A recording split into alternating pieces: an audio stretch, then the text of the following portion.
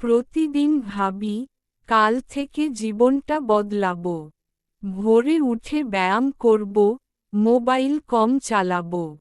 Diet করব ঠিকঠাক, ভাত না খেয়ে সালাদ খাবো। পড়াশোনায় মন দেব, বইয়ের সাথেই রাত কাটাবো।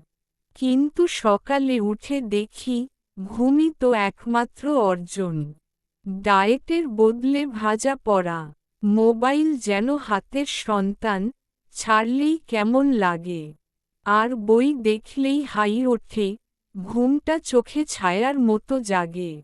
নিজেকে বলি, তুই পারবি, তুই অনন্ত সম্ভাবনা। কিন্তু আয়নায় তাকিয়ে দেখি, মাথায় অলসতার রাজকাহিনী লেখা। তবুও থামি না, প্রতিদিনই নতুন প্ল্যান করি।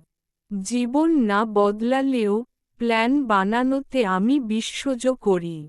আর নিজেকে বলি, তোর দ্বারা কিছুই হবে না, তুই খালি পরিকল্পনার পিএইচডি।